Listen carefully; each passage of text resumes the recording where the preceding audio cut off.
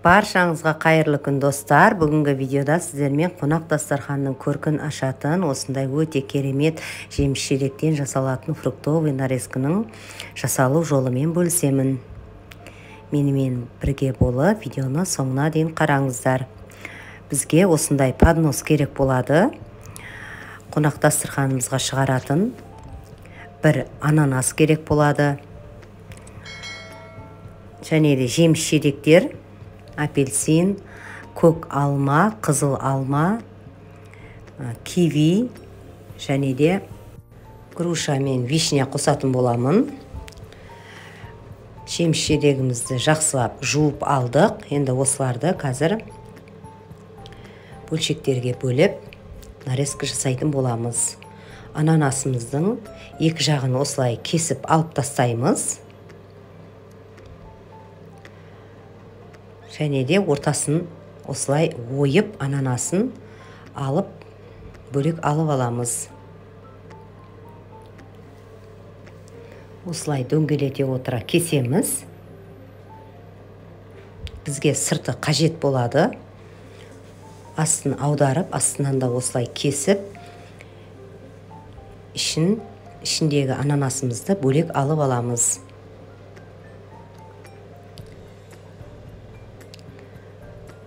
Осылай мінеки алдық. Ананасымыздың сыртын қазір подностың үстіне қойып, ананасты салатын ыдыс ретінде пайдаланатын боламыз. Кесіп алған ананасымызды бөлшектеп 4 бұрышқа бөліп кесетін боламыз. Үлкен қылып кессеңіз де, кішік алып кессеңіз де өз қалауыңыз бойынша. Мен осындай қылып кубик қылып турадым.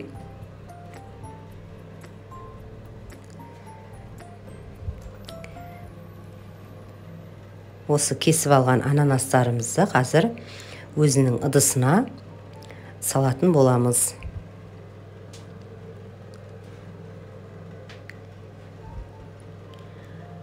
Осылай ішіне кубиктап, жинап, ананасымыздың ыдысына жайғастыратын боламыз сыртына.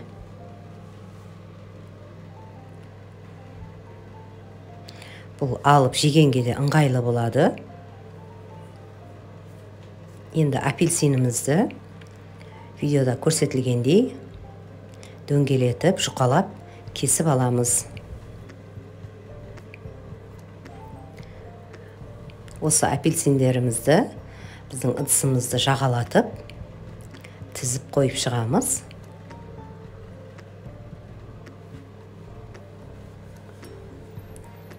Осылай шетіне жайғастырып, тізіп қойып шығатын боламыз. Енді алмамызды турайтын боламыз. Алмамызды ровно 4 бөлікке бөлеміз. 4 бөлікке бөліп, бөлігіміздің шетін осылай кесіп аламыз. Кесіп алып тастаймыз. Бұл бізге осылай алмаларымыз ыдыста дұрыс тұру үшін қажет болады. Енді алмаларымыздың шетінен осылай видеода көрсетілгендей қылып кесіп шығамыз. Кескен екі жағымыз бір-біріне қиылысу керек. Сонда алмамыз біздің әдемі болып шығатын болады. Үшінші қабатымызды кесіп аламыз. Видеода көрсетілгендей болып, осылай әдемі болып шығатын болады. Қалған алмаларымызды осылай жасап кесіп алатын боламыз. Шетін алып тастаймыз, ортасын осылай кесіп алдық алмаларымызды. Енді осы кескен әдемі алмаларымызды ыдысымызға осылай жайғастыратын боламыз.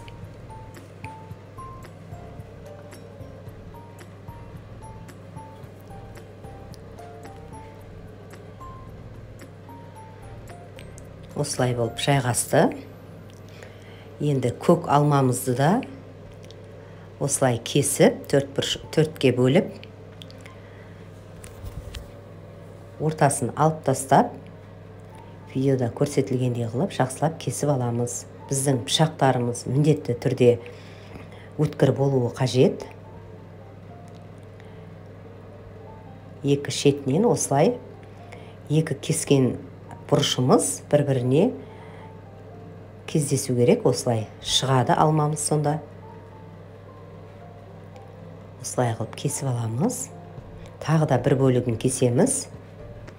Сонда бізде әдемі өрнек болып шығады.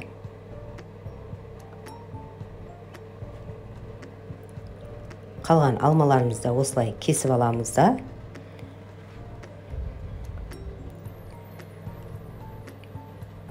Біздің қызыл алманың үстіне, жанына өз қалауыңыз бойынша жайғастыратын боламыз.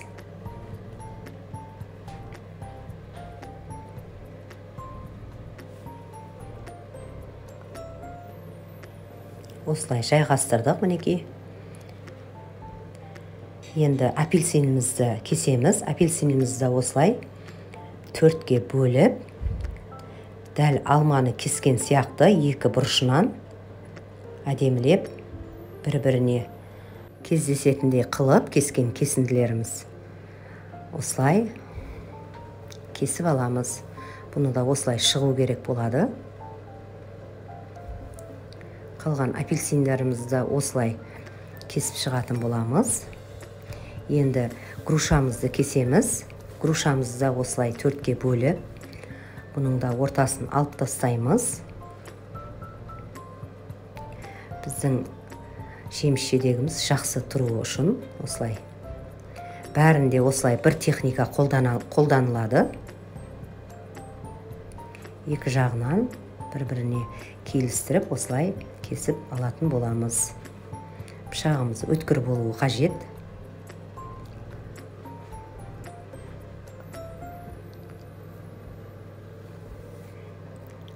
Жеміс-жидегіміздің бәрін осылай кесіп,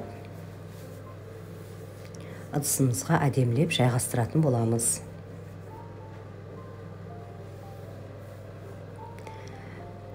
Көріп тұрғандарыңыздай, апельсинімізді 4 жеріне қойдым. Енді осы грушамызды да 4 жеріне қоямын.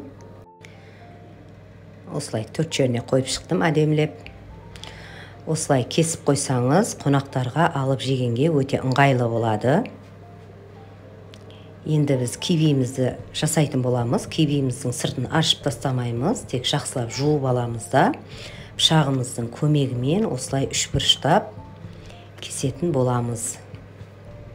Ортасына батырып осылай кесеміз да, өте тез және оңай алынатын болады.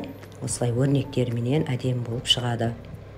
Қалған кивиларымызды да осылай кесіп аламыз. Маған осы нарезкаға 3 киви кетті. 3 кивиді осылай кесіп, өрнектеп, нарезкамыздың жанына әдемілеп жайғастыратын боламыз.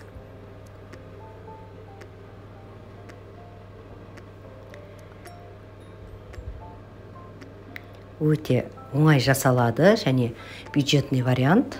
Қонақ келгенде алып жегенге де ыңғайлы болады.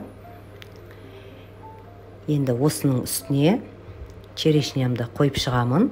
Сіз өз қалауларыңыз бойынша клубника қойсаңыз болады.